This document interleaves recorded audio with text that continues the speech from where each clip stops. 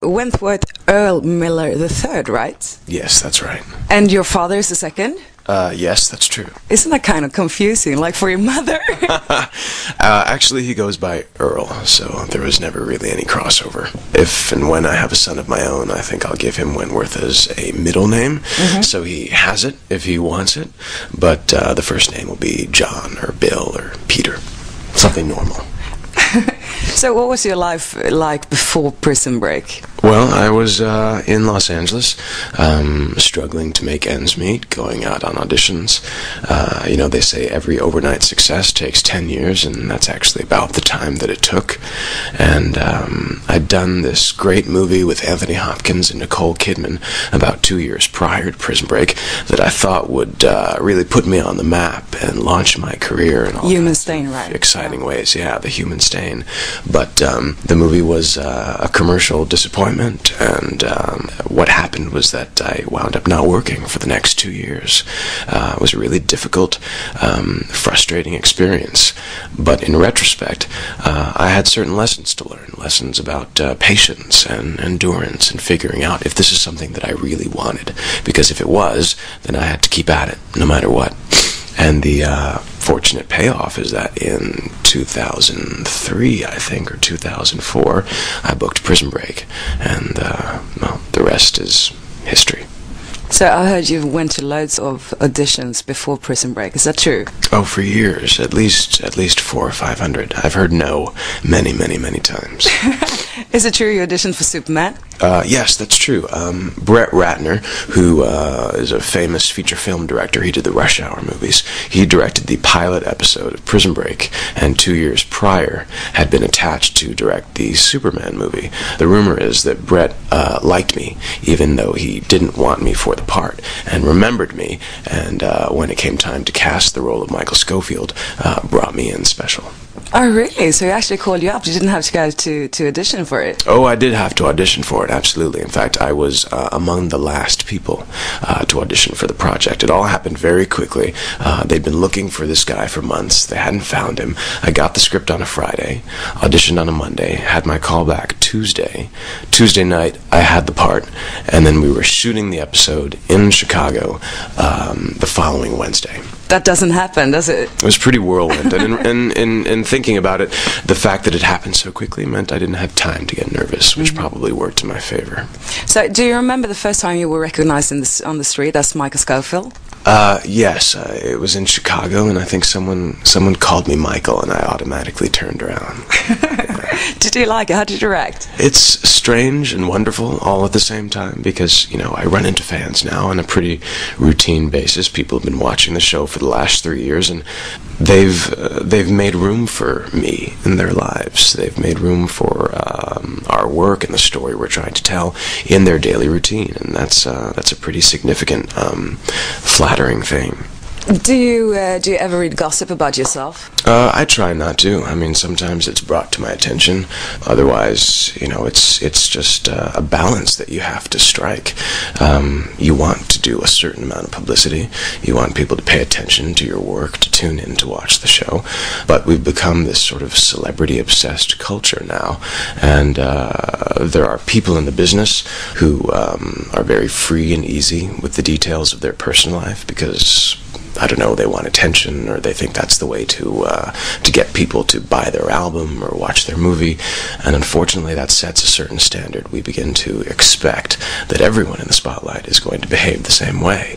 But my role models are people like Meryl Streep and Robert De Niro and Denzel Washington. You never hear from them unless they have a movie to promote, and even then they promote the movie, not necessarily themselves. And now you're here to promote the DVD edition of Prison Break, right? Yes, that's right. That's right. And I also, to be honest, wanted to come to Sweden. I've never been to Scandinavia before, and was very curious. About Prison Break coming out on DVD. What are your thoughts on watching TV series in that way? Because that's a new way of watching TV series, isn't it? Yes, I think that's the only way of watching TV for me so personally. I don't even have cable back in the States, so I can't watch TV in the usual way. I have to get DVDs. I have to watch 4 or 5 episodes back to back.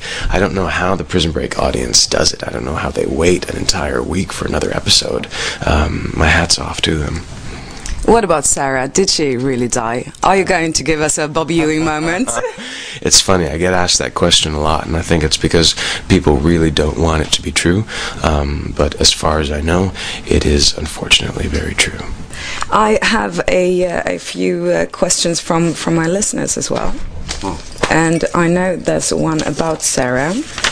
Maya, she wonders if how did you react on Sarah's death in Prison Break? Well, I had mixed feelings in terms of what it meant for Michael Scofield, because his relationship with Sarah was an opportunity for me to show different sides to the character that I could never show around Teabag or my brother.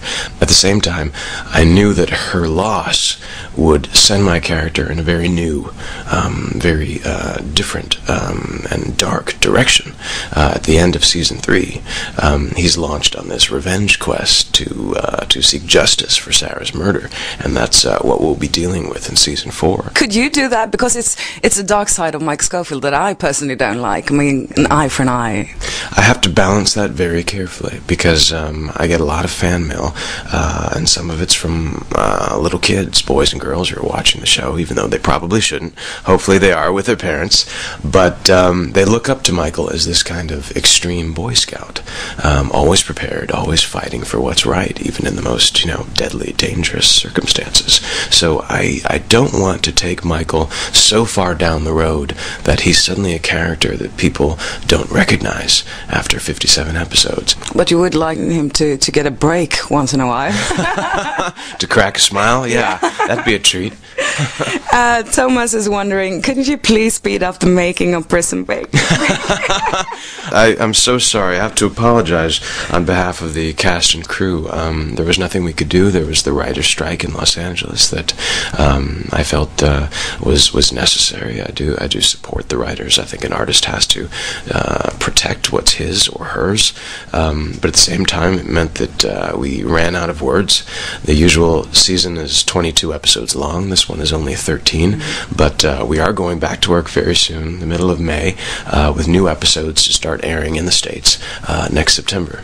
And Anneli wonders, which actor or actress in Prison Break have you most enjoyed working with? I'd have to say it's Michael's dynamic with Agent Mahone that is most fascinating to me at this point, because I think Prison Break is about many things, but one of them is what happens to a good guy doing good things for the right reasons, who then becomes a good guy doing questionable things for the right reasons, and then ultimately a bad guy doing bad things for the worst reasons.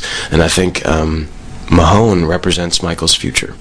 Mahone is someone that we care about and sympathize with, because we can tell that in the beginning he was a good person, and he thought he was doing what was right, but now he's fully crossed the line, and that question of how far across the line can a good man go before you can no longer call him good applies to both of them. So there's a kind of mirroring there, as well as a sort of surrogate father relationship. I think after Ward and Pope first season, and Westmoreland, the D.B. Cooper character first season, Mahone is the third in a succession of surrogate father figures for Michael. And you do realize you're sitting here in Sweden not saying Peter Stormare. Not a father figure, but certainly pivotal. My favorite scene still was one of the earliest scenes with Peter. It was, of course, the scene where he takes the shears to Michael's toes, and I thought it was so important because we were letting the audience know that this is the story we're telling. This is the kind of universe that we're operating in, where something horrific can happen right away to the character that you think is the hero. I mean, our perception of a hero on TV is usually someone who's fighting for what's right, and he's pretty much untouchable. We had to make it very clear that this was a frightening, compelling place, and that the price Michael would be paying would be the highest possible. Final question then from Carolina. She just wants to know, what are your plans for tonight, and can she please tag along? My plans tonight at the moment, I think, are top secret. I wish I could share them, but I can't. Very nice to meet you. Likewise. Take care.